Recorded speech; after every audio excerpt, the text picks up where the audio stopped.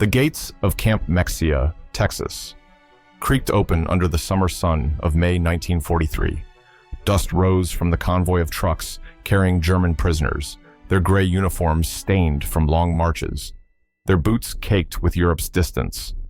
The camp was clean, organized, almost unnervingly calm as they stepped down.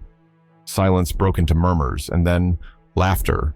Rows of spotless white beds stretched across the barracks like a hospital ward, blankets thick as winter coats, pillows soft and wide, everything aligned with American precision. Beds. One lieutenant scoffed, brushing his hand across the clean sheet. The Americans fear war so much they've padded the world with mattresses. The men laughed, deep and confident, a sound meant to armor themselves against humiliation. These were soldiers of the Reich, veterans of Stalingrad, Tunisia, and Sicily, and they were being offered comfort by the enemy. To them, it felt like mockery. An older sergeant, Franz Keller, muttered in half amusement, half disgust. "They think we'll be grateful for this. We slept among the dead and didn't flinch. This is for children." He dropped his duffel beside the bed, sitting stiff-backed, unwilling to let his spine touch softness around him. The barracks filled with the metallic rhythm of boots, belts, canteens, the sound of soldiers clinging to the only identity they had left. Outside, the American guards watched through the open door. Private Raymond Lewis, a 20-year-old from Ohio, whispered to his partner, "They laugh now. Wait till they lie down tonight." He wasn't mocking. He spoke with quiet curiosity. He'd grown up on a farm, sleeping on straw in winter, dreaming of war and honor. Now he watched the supposed masters of Europe confronted by linen and peace. Inside, one prisoner spread his blanket like a map, studying it as though it hid secrets.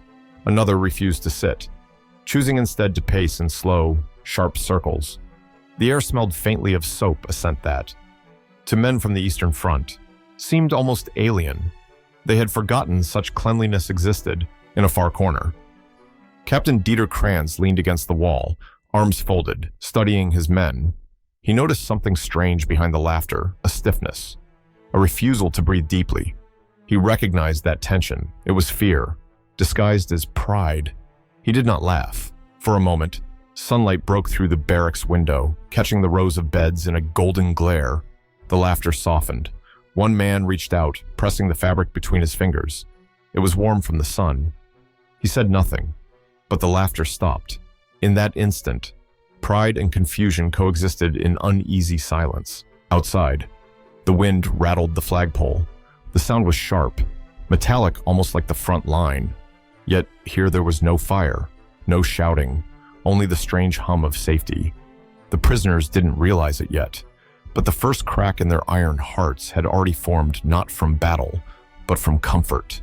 If you value stories like this, don't forget to like and subscribe. It helps preserve forgotten chapters of history. Tell us in the comments, where are you watching from, and what time is it there right now? Night came to Camp Mexia like a slow surrender. The floodlights along the perimeter buzzed softly, cutting pale circles into the warm Texas dark. Inside the barracks, the laughter had vanished. Only the rustle of uniforms remained, the uneasy rhythm of men too proud to rest. They had once called themselves Eisenmänner, men of iron. The Eastern Front had forged them in filth and fear, under skies that never forgave weakness. Franz Keller whispered to a younger comrade, "In Stalingrad, we slept on corpses to keep our backs from the ice." The young man didn't respond. He just stared at the ceiling fan spinning lazily above, hypnotized by its hum. That memory, Stalingrad, hung in every breath. The smell of blood mixed with frost, the sound of artillery shaking the frozen air. There, a bed had meant survival, not softness, a hole in the snow, a trench wall still warm from a dead man's body. They had slept with rifles clutched tight, eyes half open, each heartbeat uncertain whether the next would come. Now, here, in a land without gunfire, they faced something almost more unbearable: peace. "We survived hell," Kranz muttered to himself. "But how do we survive comfort?" The question wasn't pride, it was disorientation. Across the aisle, Corporal Hans Reiter folded his arms, refusing to lie down. His fingers traced a scar on his neck, shrapnel from the Volga River line. He remembered how his unit once joked that rest was for the dead, but this mattress, this clean sheet, it mocked that belief. He could not bring himself to touch it. The barracks creaked as the night deepened. A mosquito buzzed near the window. One man sneezed softly, another coughed. The sounds were small, human, domestic, the kind that never existed in the trenches. A few prisoners exchanged quiet words about the war, the weather, even the coffee they'd been given earlier, real coffee, not roasted barley. Such talk felt dangerous, too close to comfort. In a brief pause, Keller exhaled slowly. "We've slept in mud, in steel, in death." He said to no one in particular, "We don't need this softness." Yet even as he spoke, his eyes betrayed something different longing.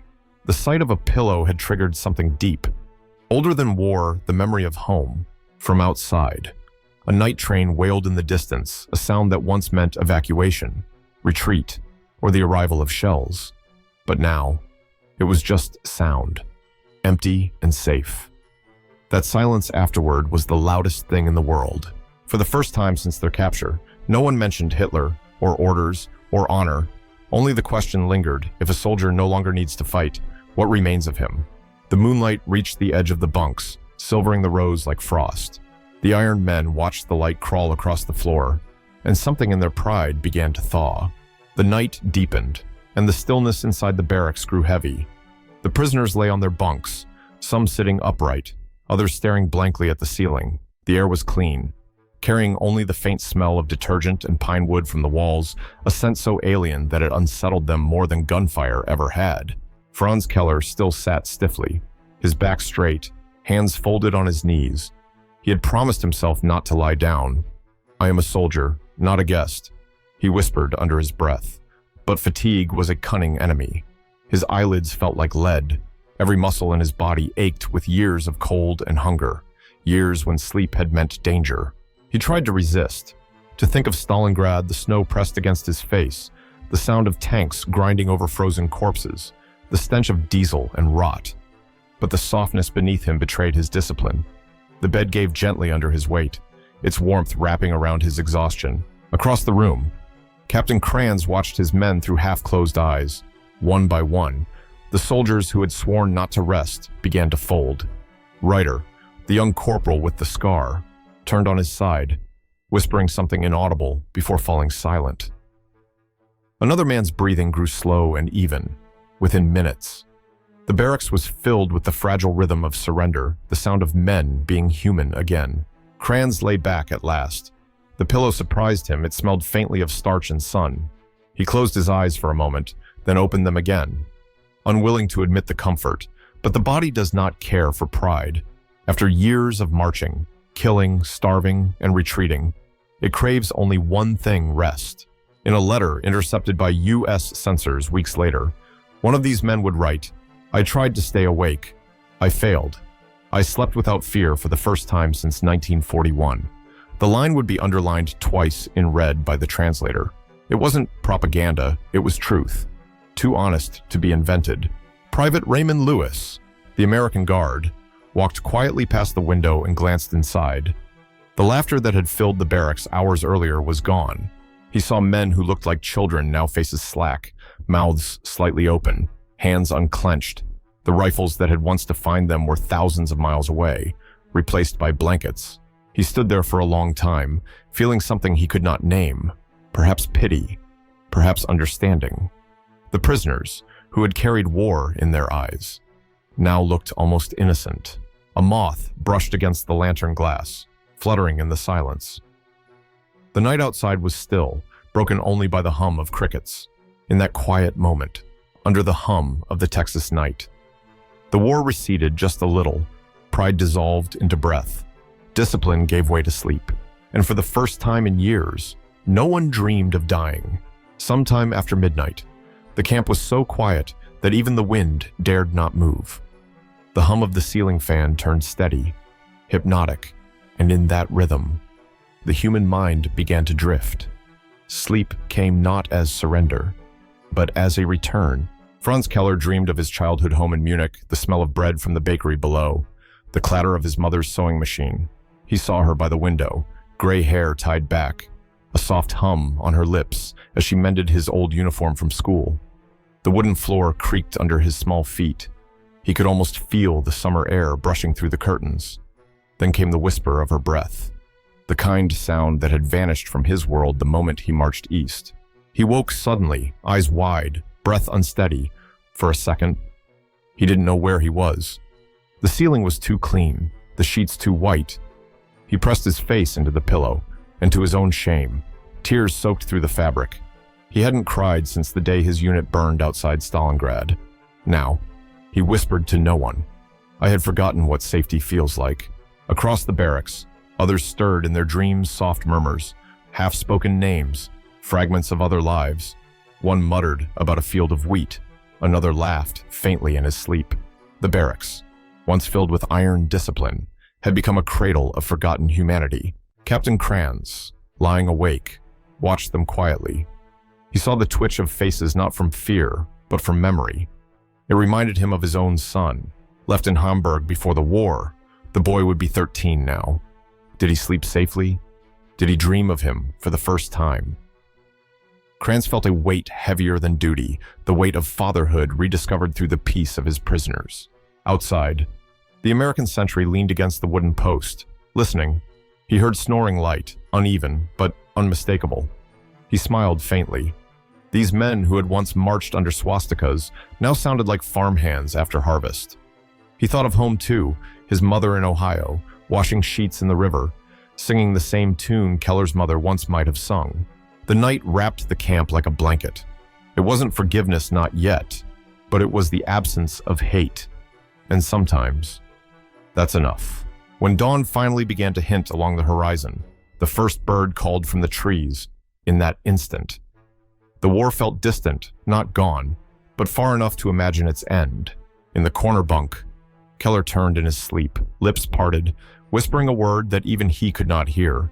It was neither German nor English, perhaps the universal sound of being human again. Morning came softly, like an apology. The camp stirred before the bugle. The first shafts of sunlight spilled through the windows, touching the rows of white blankets. The prisoners woke slowly, blinking as if unsure where they were, for a few seconds. They forgot they were captives. The warmth, the quiet, the smell of coffee from the mess hall all felt too normal, too undeserved. Franz Keller sat up, rubbing his eyes. The pillow had left a faint crease on his cheek.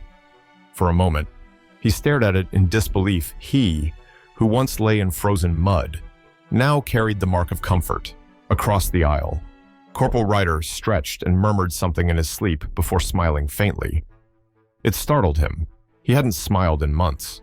Captain Kranz stood, tucking his blanket neatly. His movements were slow, almost reverent. They're treating us like men, he muttered. The words hung in the air, heavy with confusion. Some agreed silently, others frowned, uneasy. For soldiers raised on the belief that enemies were subhuman, this civility felt dangerous, as though it could corrode what little pride remained. During breakfast, the conversation turned into quiet debates. It's all propaganda, one insisted, stirring his oatmeal with disdain. They want to soften us, make us forget who we are. Another shook his head. Or maybe they just don't hate us. The barracks fell silent. Outside, the flag fluttered in the wind, red, white, and blue colors they had been taught to despise. Kranz looked toward the window, his gaze distant. Perhaps strength isn't what we thought it was, he said quietly. No one replied, but many understood. Letters written that morning, all censored, all read by American officers, carried odd confessions. One man wrote, "They feed us well. They give us beds. I think about this more than I should." Another, "The guards say good morning. I want to hate them for it, but I can't." These lines, translated and filed, would later be studied by psychologists as evidence that decency itself could disarm an ideology. Outside the barracks, Private Lewis smoked his morning cigarette, watching the prisoners line up. He noticed how their postures had changed, shoulders no longer squared like armor, eyes softer, movements slower. They looked less like soldiers, more like men beginning to remember they had once been human. The bugle finally sounded, sharp against the calm air. The men flinched instinctively, but then relaxed. No one shouted. No one barked orders. The war, for a moment, seemed very far away. Lewis exhaled smoke and thought, maybe this is how wars end, not with victory, but with beds, with breakfasts, with silence. And you, watching this, what do you think? Can kindness change what weapons never could? Tell us below. Your thoughts matter more than you think. Days turned into weeks, and Camp Mexia settled into a rhythm that felt almost unreal. Each morning, the same sunlight crept across the white sheets. The same smell of soap filled the air, and each night, the same chorus of steady breathing replaced the old sounds of war. It was peace, mechanical yet miraculous. Franz Keller now made his bed with care. He straightened the corners, brushed away invisible dust, and placed his folded shirt at the foot like a small ritual. The same man who once cursed the softness now treated the bed as sacred. When another prisoner joked about it, Keller replied simply, "Respect what lets you sleep." His words silenced the laughter. The psychological shift spread quietly. Even the most hardened officers began to soften in small ways, a thank you to a guard, a nod at breakfast, a moment of stillness, watching the sun dip behind the fences. Captain Kranz kept a small notebook, noting daily details, the number of beds, the names of guards, the songs humming from the radio near the kitchen. To record normal life, he wrote, "Because I may forget it when I return home." Letters continued to flow. The U.S. Army Postal Censorship Office recorded over 82,000 letters from POWs that summer alone, a staggering number for men who had once vowed to die before capture. Most of them mentioned the same detail: the beds. They are warm, clean, and American. One wrote, "I never thought that word could mean comfort." Some of these letters were published in American newspapers, meant to show that democracy could win not just through firepower, but through decency. In Germany, such words would have been treason. Here, they were healing, yet even kindness carried confusion. "They want us to change," one officer whispered during an evening walk around the yard. "They want us to believe they are better men," Kranz replied. "Maybe they just want us to stop being worse." No one spoke after that. By September 1944, psychologists from the U.S. War Department visited Camp Mexia to study morale. Their reports noted something extraordinary: German prisoners in Texas were calmer, healthier, and more cooperative than any captured group in Europe. Comfort, it seemed, was more powerful than control. One night, Keller sat outside, watching stars flicker over the wire. The guards had allowed them brief evening air. He spoke quietly to Lewis. "The young American guard, I used to think only iron keeps a man alive. Now I see it's mercy." Lewis nodded, unsure how to answer. Two enemies, sharing silence. And you, watching this now if you were there, what would you have written home? Would you have told the truth, knowing both sides were reading your words? Sometimes, history turns not on battles, but on the softness of a bed and the courage to rest. By the spring of 1945, the war that had created these men was ending. Germany lay in ruins. The Reich that promised eternity had fallen in less than 12 years. Yet here, in the quiet of Texas, something else had been rebuilt: not walls, not armies, but a fragile sense of being human again. The day repatriation orders arrived, the camp felt hollow. Trucks lined up by the gates. Names were called. Bunks were stripped bare. The sound of boots echoed one last time across the wooden floor. The same men who had once laughed at the softness of American beds now ran their hands across the fabric before leaving, as if trying to memorize its touch. Franz Keller folded his blanket carefully and laid it at the edge of the bed. His hands lingered there. "It's strange," he whispered to Kranz. "I feared this softness once. Now I fear losing it." Kranz didn't reply. He only nodded and slipped a small page from his notebook into the corner of his mattress, a final note for whoever came next. "Here we slept as men, not soldiers." When the trucks rolled out, the guards stood at attention. Private Raymond Lewis raised a hand in farewell. Some prisoners waved back, others looked away, ashamed of their gratitude. As the convoy moved through the gate, dust swirled behind it, the last trace of those who had once called themselves invincible. Back in Germany, months later, Keller found himself in the rubble of Munich. Food was scarce, roofs were gone, but he built a bed first. Not just any bed, a replica of the one from Camp Mexia. Wooden frame, soft mattress, clean sheet. Neighbors laughed, saying he was foolish to waste time on comfort when the world was broken. He only smiled and said, "You don't rebuild a house without first remembering how it feels to rest." Captain Kranz, now a teacher, wrote years later in his memoirs, "It wasn't the food or medicine that restored us. It was the first night we weren't afraid to close our eyes. That bed was the first door back to being human." And in that camp, long after the soldiers had gone, the wind still moved the curtains in the empty barracks. Sunlight fell across the empty bunks, turning the white sheets to gold. A moth fluttered near the window. The air smelled faintly of soap.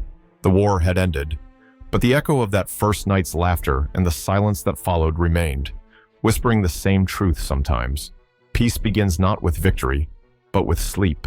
Years later, historians would write about battles, dates, and strategies, about generals and treaties, about how one empire fell while another rose. But none of those reports could capture the small, invisible victory that took place in the barracks of Camp Mexia. It wasn't written in any official record. It lived only in the quiet sighs of men who finally closed their eyes without fear. Franz Keller never returned to the army. He worked as a carpenter, building beds for families who had lost everything in the war. He would tell his apprentices, "A good bed is not luxury, it is memory." When he lay down at night, the Texas sky still flickered behind his eyelids. He could hear the faint buzz of the camp lights, smell the soap, feel the warmth that once made him cry. In that moment, the world seemed to pause, not to glorify victory, but to forgive exhaustion. Captain Kranz, older and quieter, sometimes lectured about discipline, about pride and its fragility. He would pause mid-sentence, stare at the floor, and say softly, "You don't command peace, you recognize it when it finds you." The students never quite understood what he meant. Perhaps they didn't need to. Private Lewis, the American Guard, returned home to Ohio and married the girl who used to write him letters about farm chores. When he tucked his own children into bed, he always smoothed the sheets carefully, without knowing why. The gesture stayed with him, a quiet echo of the men who once mocked softness and later found salvation in it. Time moved on. The camp was dismantled, its fences rusted away, its watchtowers swallowed by grass. Only the foundations of the barracks remained, cracked by heat and time. But sometimes, in the early morning, visitors swore they could still smell clean linen carried by the wind, as if the earth itself remembered. And perhaps that is the lasting message, that history isn't only in the roar of engines or the clash of armies, but in the faint rustle of a blanket over tired shoulders. The war showed what hatred could destroy. The beds of Camp Mexia showed what compassion could rebuild. Maybe peace begins not with grand speeches or flags raised high, but with something simpler, the courage to let another man rest.